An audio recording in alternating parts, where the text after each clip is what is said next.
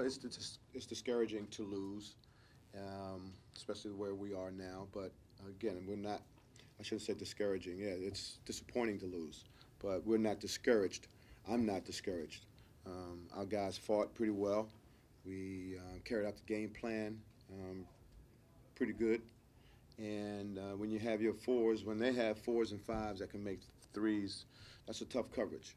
And that's what they did. The game plan was to take away their cuts, their rolls, their inside play, and then get out to the shooters. But again, that's pretty tough when your bigs and your front line can make threes like that. So again, there was a lot of good things out there for us. It's a work in progress for us, and we're just going to keep working at it. Hey, with the shooters, was there trouble closing out? I mean, obviously they present matchup problems, but 16 to 34 from three is quite the percentage. They were hot. They had it going, and can our bigs are not used to have that sort of coverage, and especially when they're sagging and helping on cuts, and that's what their offense is about. They see how you guard them. If you sag, they shoot threes. If you get out into them, they get back doors. So we're either going to be sitting here saying they made threes or they made back doors. So that's the way it is. They were getting a lot of open looks, especially in the first half of the three. Was it concerning that they were getting those and they weren't going down, and it was sort of one of those, it's almost a matter of time? Well, yeah, and we saw that. We knew that they were getting threes, and we had to. If you're going to take away the paint, what they want to do is spread you out further out, and they try to drive the seams and draw and kick. The thing that I was disappointed about was we didn't handle their post-up games where they kicked it out opposite of where the post-up was, and we just dug in too deep, and we tried to make the adjustment, not even adjustment. The coverage was you don't have to help so deep on a post-up, and we were sucking in because that was the game plan, was to protect the paint. We protected too much, and they would kick it out, and we closed out on that one, they would pass it, and if we closed out on that one, they would draw and kick it, and here's your 4 and 5, and your 3 is sitting out at the 3, and that's a tough rotation for our front line, for any front line. I know this is something you didn't expect to happen overnight, but do you see it getting closer to what you want to see? Yeah, I do, and again, it's disappointing to lose, but again, it's a thing when in July and August and when we said this is going to be a work in progress, and it's going to be we're going to take our lumps, and it's about rebuilding. Everybody was fine in June and July and August, and now when it's happening, you have to stick with it. You have to stay positive. You know what it's about, and you got to keep your game plan intact about how you're going to move forward through the season.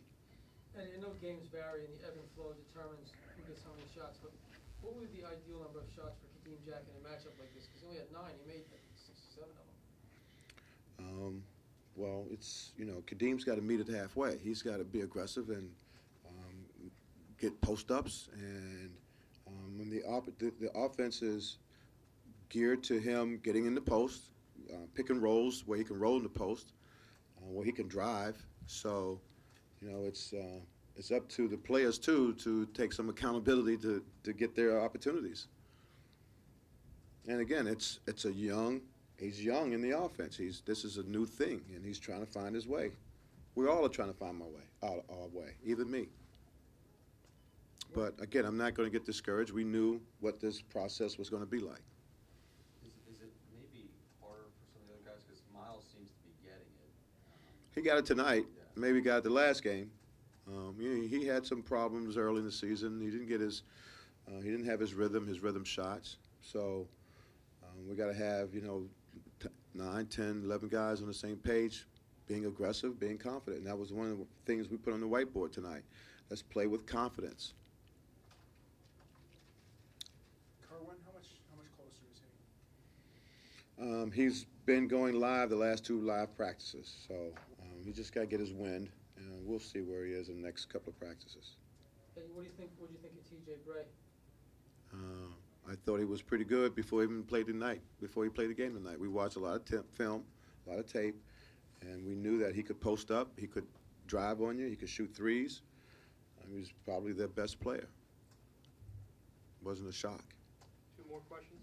Eddie, with Campbell being a game-time decision, how much of a short leash was he on tonight? Well, we had to monitor his athleticism. He was, he's got a bruised hip, and he could barely walk for 2 days, and then he got better this morning, got better in shoot-around this afternoon, got better in pregame, and we said he felt like he could go, but you could tell he wasn't himself.